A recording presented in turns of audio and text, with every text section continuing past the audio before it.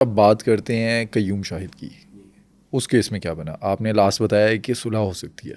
یہ جو واقعہ یہاں 2 اگست کو ہوتا ہے، جی. اس پہ ہم نے 2 یا 3 روز بعد پروگرام کر دیا. ایسے ہی ہے. اس وقت کے حالات جتنے تھے وہ اس بات کی غمازی کر رہے تھے کہ شاہد صدیق کو اس کے بیٹے قیوم صدیق نے جو قتل کیا ہے اس میں شک گزر رہا تھا کہ اس کو اپنی ماں کی معاونت حاصل تھی. اچھا. پولیس نے سب سے پہلی تفتیش، جب بھی وہ پکڑا گیا شہریار، اس کا دوست شہریار پکڑا گیا نا، تو شہریار کے پکڑنے کے بعد سارے راز کھل گئے.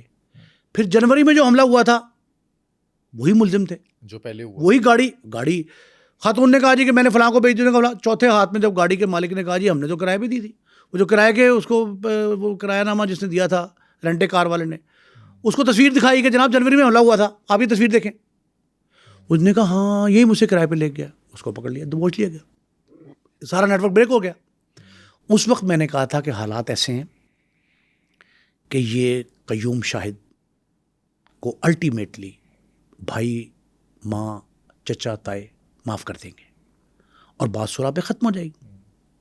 لیکن سوال تھا کہ قیوم شاہد نے شاہد صدیق کو، اپنے باپ کو، جائیداد کی اثاثوں کی خاطر قتل کیا ہے، تو کیا وہ اس کو مل جائیں گے؟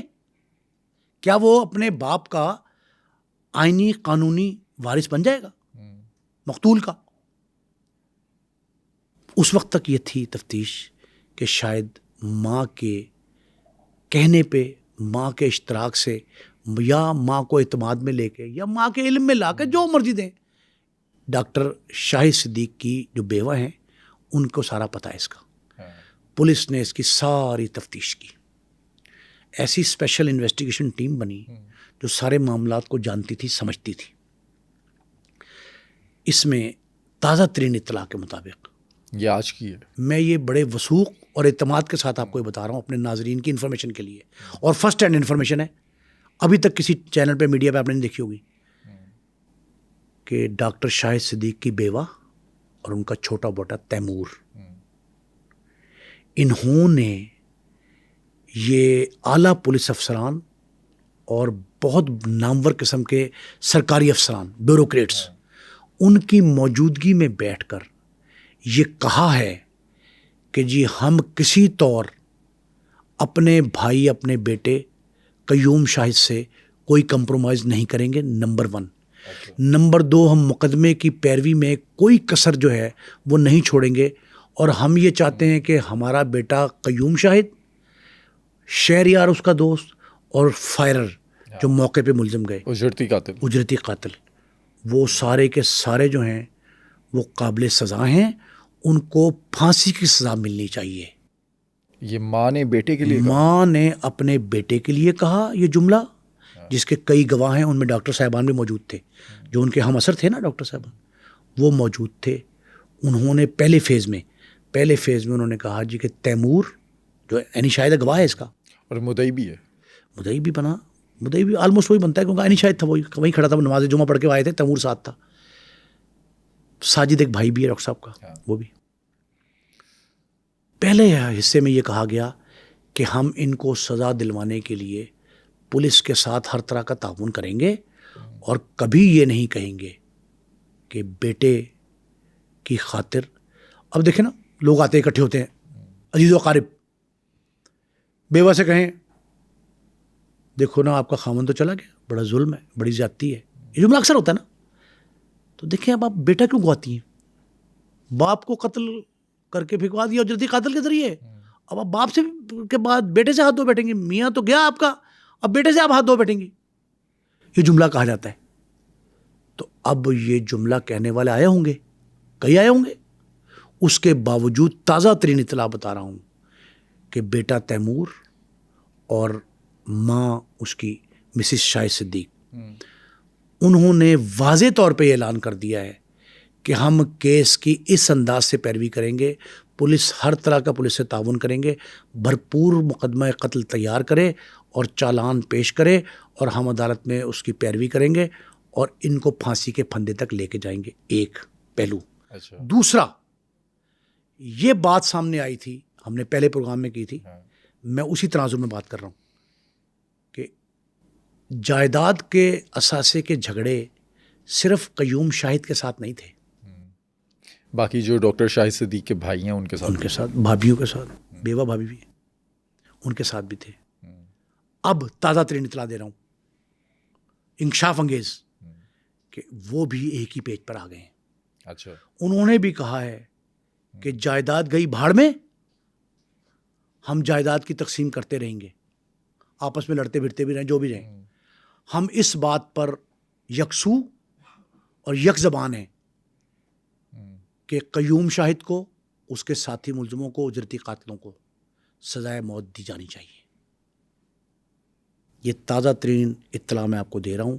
کل کلاں کو اس میں تبدیلی آ جائے، کوئی اور لوگ بیچ میں صلح کار آ جائیں، یہ اور بات ہے، لیکن فی الحال یہ بات میں آپ کو بتا رہا ہوں کہ ان لوگوں نے تمام تر اثاثوں اور جائیداد کو پس پردہ ڈال کر، پس پشت ڈال کر یہ فیصلہ کیا ہے کہ ہم قانونی طور پر اس پورے گروہ کو، جس کو سرپرستی حاصل تھی قیوم شاہد کی، اس کو سزا وار قرار دلوانے کے لیے ہر طرح کی کوشش کریں گے۔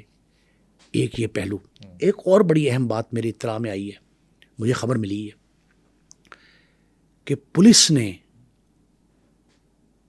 جتنے معاملات تھے چالان میں منہ شگافیاں، کمزوریاں، وہ پراسیکیوشن کے افسران کے ساتھ مل کے دور کر لی ہیں۔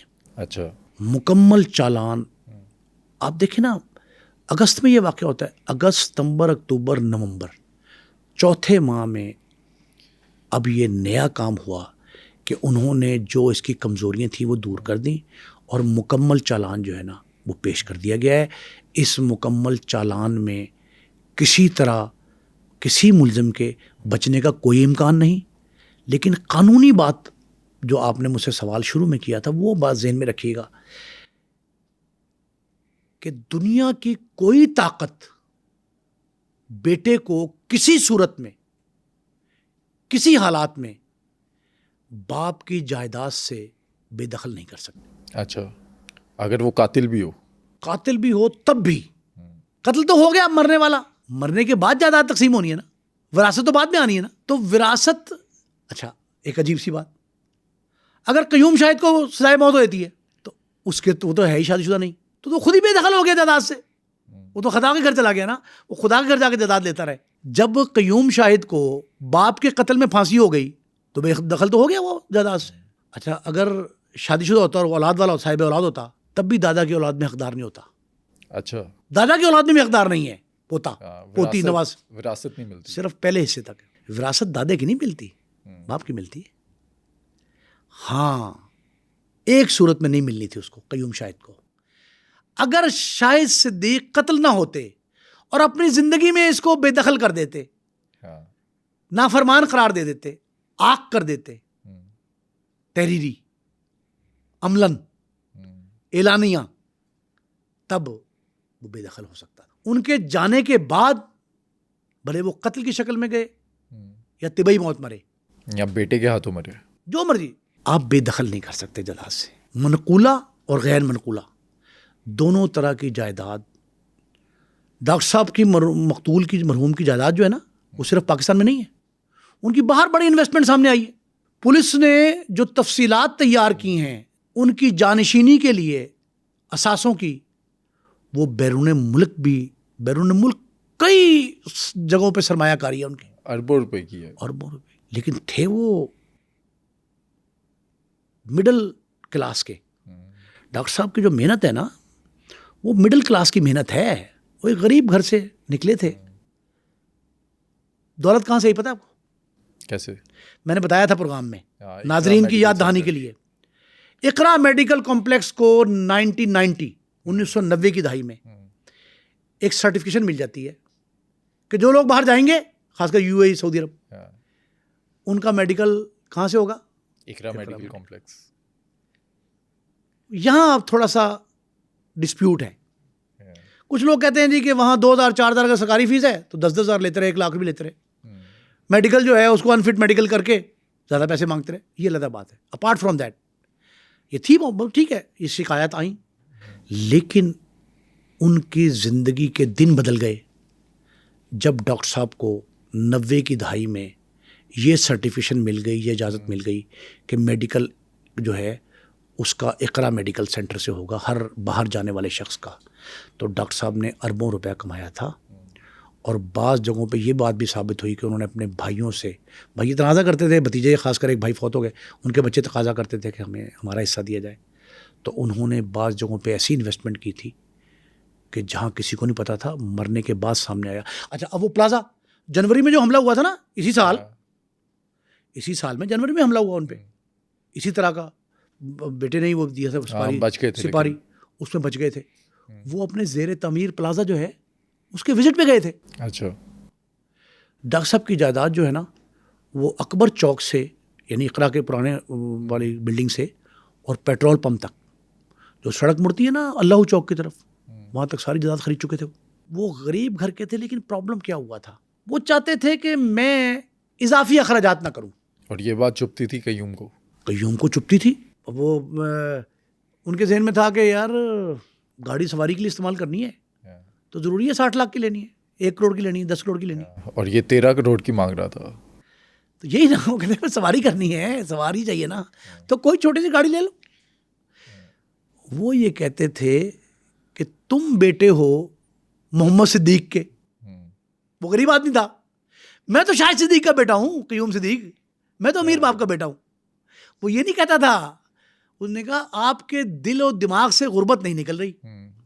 بھائی وہ کیسے نکلے؟ سیلف میڈ تھے نا, وہ سیلف میڈ تھے تو ان کی غربت نکلتی کیسے؟ وہ غربت نہیں نکل رہی تھی. تو بیٹا یہ کہتا تھا کہ باپ کی غربت نہیں نکل رہی. اب یہ بیان بھی سن لیں اس کا, پولیس کے روبرو, عدالت میں, دونوں جگہ. اس نے کوئی شرمندگی ظاہر نہیں کی. اچھا. اپنی حرکت پہ نادم نہیں ہوا.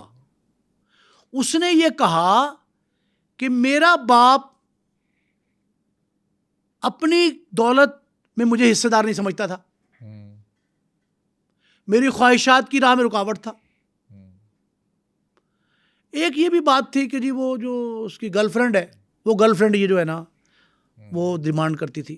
لیکن یہ بات بھی مصدقہ نہیں ہے ابھی تک. گرل فرینڈ سے پوچھا تھا پولیس نے, شام نے تفتیش کیا تھا, اس کو گرفتار نہیں کیا. اس نے کوئی بات نہیں بتائی. لیکن ایک بات ثابت ہوئی, کیا, جو تصدیق بھی کی قیوم شاہد نے خود, کہ سارے کے سارے معاملے پہ ابھارا, پرووک کیا, اس راستے تک لے کے گیا, وہ ہے اس کا دوست شہریار. اچھا. جس کے چچا اور باپ بھی کرمنل تھے, چور تھے, ڈاکو تھے, ان کی بھی ہسٹری شیٹ نکل آئی ہے. شہریار اس کو مجبور کرتا تھا کہ اپنے باپ سے یہ لے. جب نہ دیا تو اپنے چچا اور باپ کو ملا کے اسے یہ کمپیل کیا کہ یار تو اس کو راستے سے ہٹا دے, تو جو اثاثے ہیں وہ کچھ تو لے لے, کچھ میں لے لوں. اچھا. شہریار نے کہا تیرا حق ہے, وہ فائق ہے, تو لے لے, باقی مجھے دے دے. چچا نے اس کو چچا نے اس کا طریقہ بتایا, باپ نے طریقہ بتایا کہ اس طرح ہٹا. اور اچھڑتی قاتل بھی دیے. ان کا کام ہی یہ تھا, ان کا تعلق ہی جو جرائم پیشہ لوگ تھے ان کے ساتھ تھا. تو اب یہ بھی ایک سبق ہے کہ والدین اپنے بچوں کو تربیت کے حوالے سے یہ بھی احساس محرومی نہ دیں. احساس محرومی ہے نا کہ شاہد صدیق کی دولت قیوم شاہد کی بجائے کوئی اور لے جائے گا, قیوم شاہد کی ملکیت ہے, اسی کو ملے گی, یہ کہا جائے. دوسری طرف اس امر کا زیادہ دھیان رکھیں کہ کوئی قیوم شاہد شہریار کو دوست نہ بنائے. شہریار جو ہے وہ ایک جرم ہے, ایک مجرم ہے, ایک جرائم پیشہ افراد سے, خاندان سے, کنبے سے تعلق رکھتا ہے.